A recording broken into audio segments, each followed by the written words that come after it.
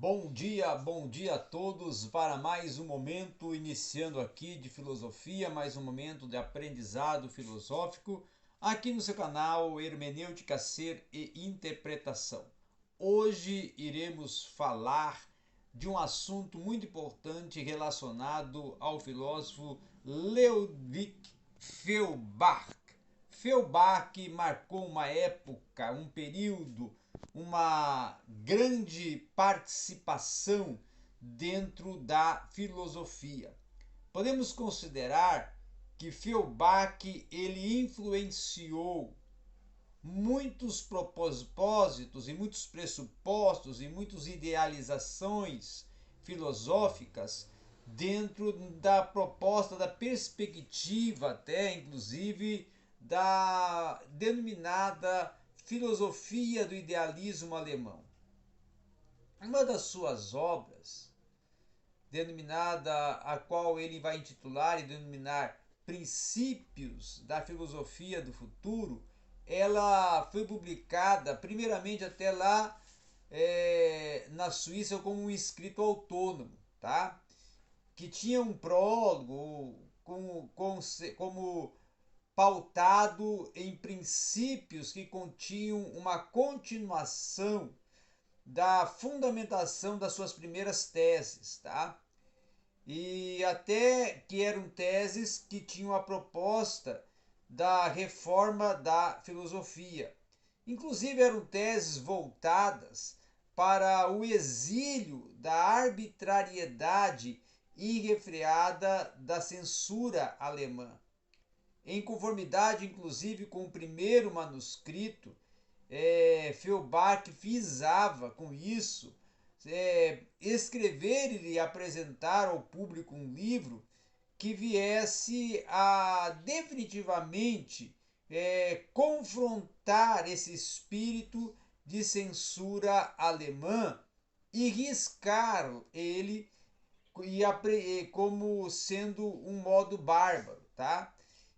Inclusive com referência a tudo que se censura e que se adverte, Feuerbach deixa existir uma redução de propostas e escritos pautados em um caderno, pautados em manuscritos, tá?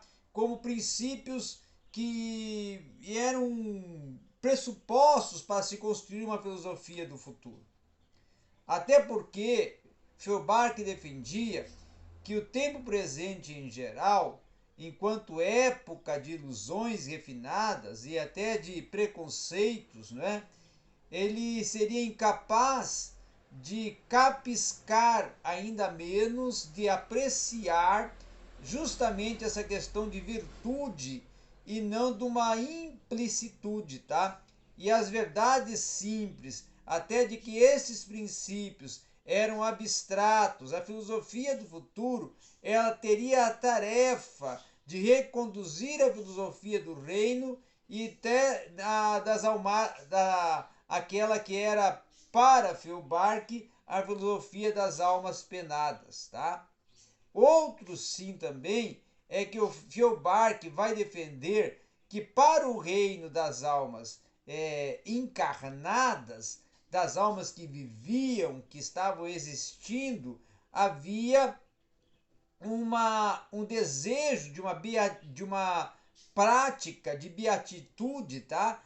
De uma prática de atitudes comportamentais coerentes e éticas e com uma linguagem humana mais contingente.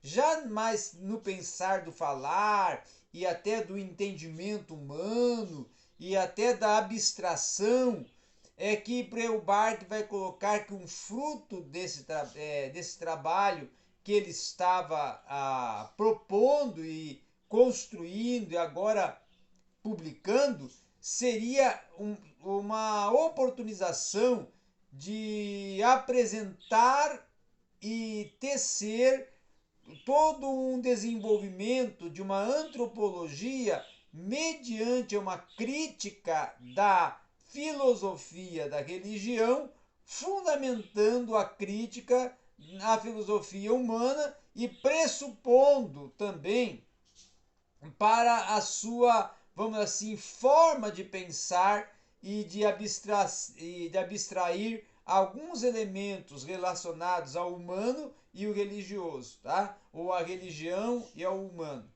Então, ele vai começar a sua obra tratando que os tempos modernos e justamente a realização dessa humanização de Deus e a transformação dessa resolução da teologia na antropologia vai causar o modo religioso ou o prático dessa humanização, que vai ser promovedor do protestantismo.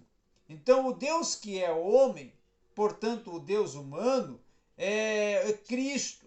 E este é o Deus do protestantismo. O protestantismo já não se preocupa com o catolicismo, com o que Deus é em si mesmo, mas apenas com o que ele é para o homem. Por isso já não tem com aquele catolicismo nenhuma tendência de cunho especulativo ou contemplador, mas a sua teologia ela é essencial só no sentido cristologia e antropologia religiosa. Então o protestantismo, segundo Feuerbach, ele não negava o Deus em si, ou o Deus como Deus, pois só o Deus em si é que era verdadeiramente Deus.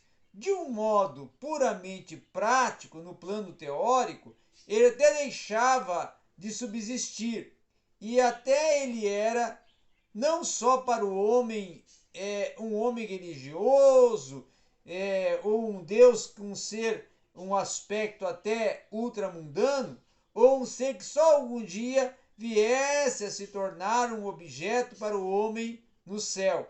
Mas além da religião, é que o lado, vamos dizer assim, o oposto da filosofia e a inexistência do objeto de estudo viesse a constituir justamente o objeto de uma clarificação religiosa. Então, a elaboração desta resolução nacional e também racional de cunho intelectivo proporia uma reflexão teorética religiosa a partir do análise da pessoa de Deus e da própria religião no seu transcender inobjetivo e na sua filosofia de cunho especulativa. Feuerbach também vai dizer que a essência da filosofia, por si só, ela é especulativa. Nada mais até do que uma essência de especulação e de racionalização. É uma filosofia, então, que propõe o inquirir.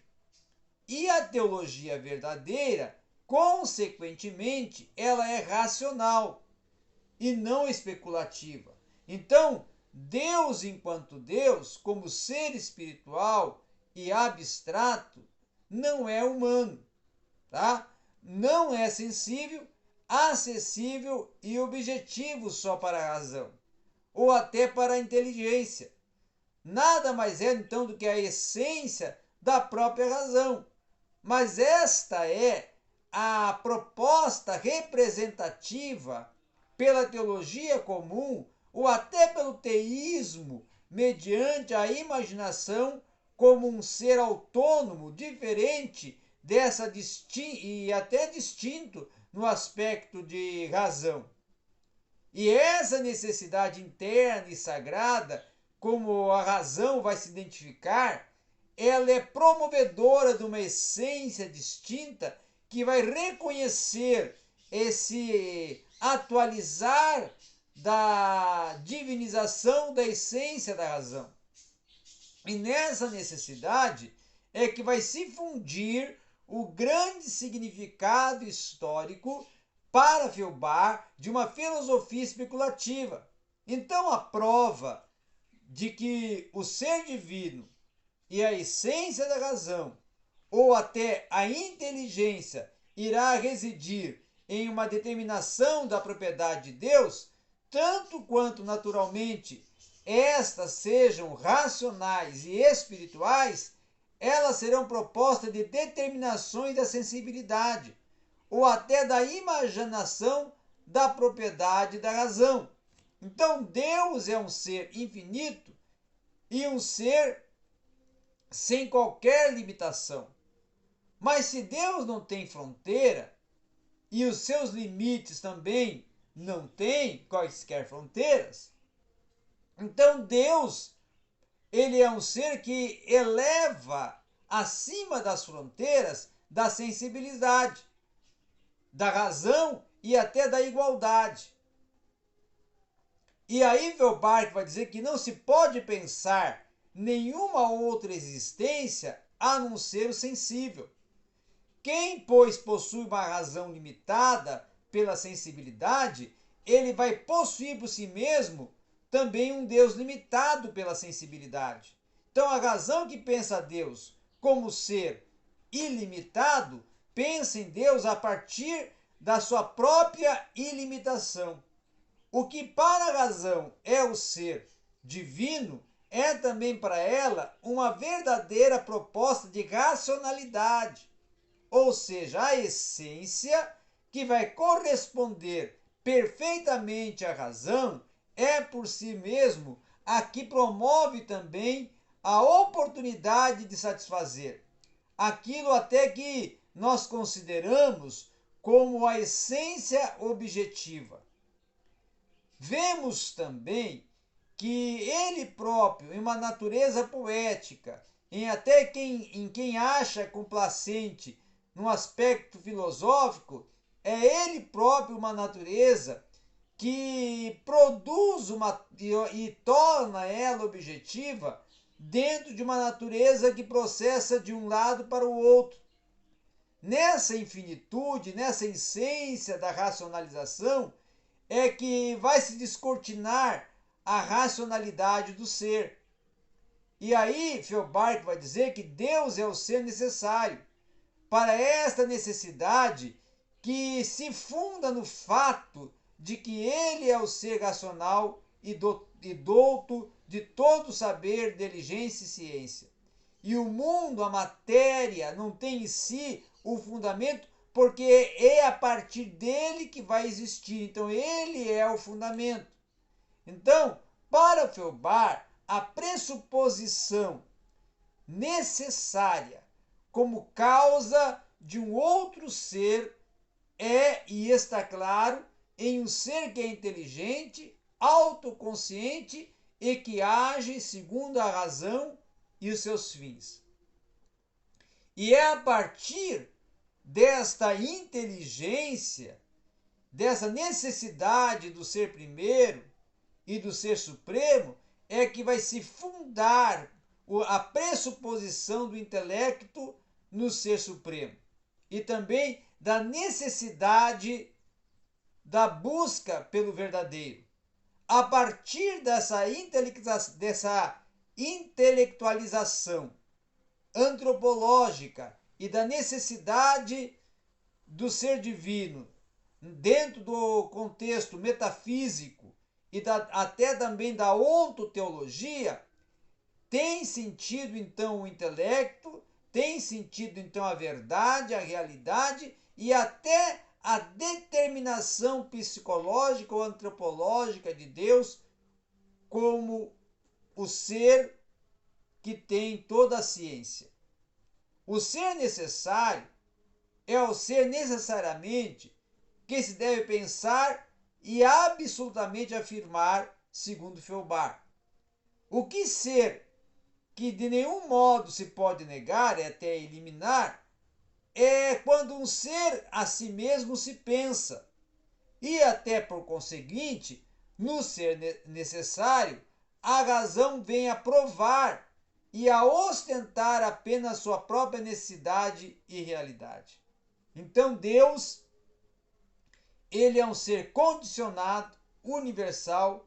Deus não é isto ou aquilo, ou ele é o ser que é imutável, eterno, e atemporal. E ele é incondicional, também ele é imutável, universal, e até segundo o seu próprio juízo é que é construído todo o pensamento, no aspecto teológico e metafísico. E as propriedades, as verdades, tanto das leis racionais como das leis espirituais, partem dele como origem.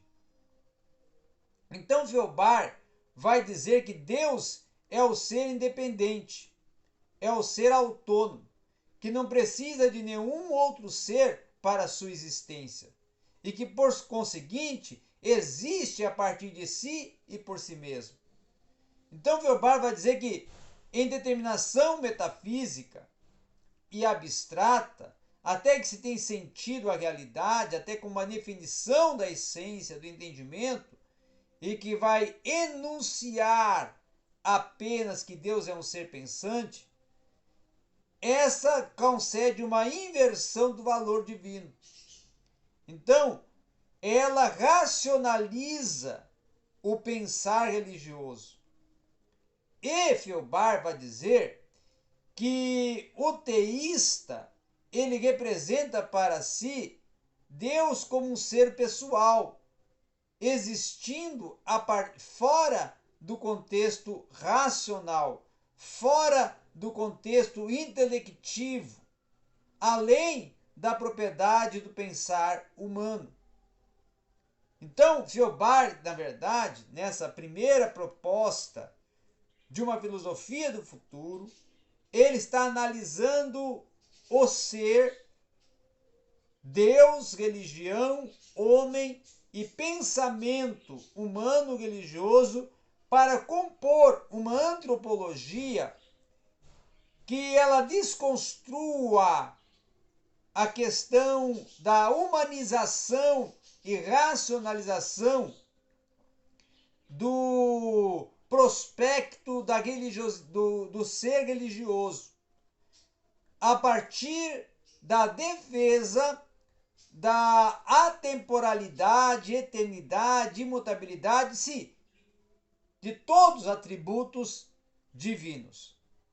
E também ele vai considerar, a partir dessa proposta da religião e contrapondo a proposta de Hegel, ele vai trabalhar uma antropologia filosófica com um prospecto religioso a partir de uma visão e percepção da prática da religião, da prática do ser religioso. Então, para Feuerbach, a filosofia do futuro, ela inicia pensando justamente na intervenção de Deus na história do ser e do ser vindo a transcender a busca do sagrado. E assim ele vai começar a discorrer sobre uma filosofia em que a religião e a sacralização do sagrado está em destaque para compor a cognição do pensamento do ser a partir das suas interações, das suas produções e dos seus pensamentos sobre Deus e sobre religião. Era isso que tínhamos para hoje aqui no seu canal Hermenêutica, Ser e Interpretação.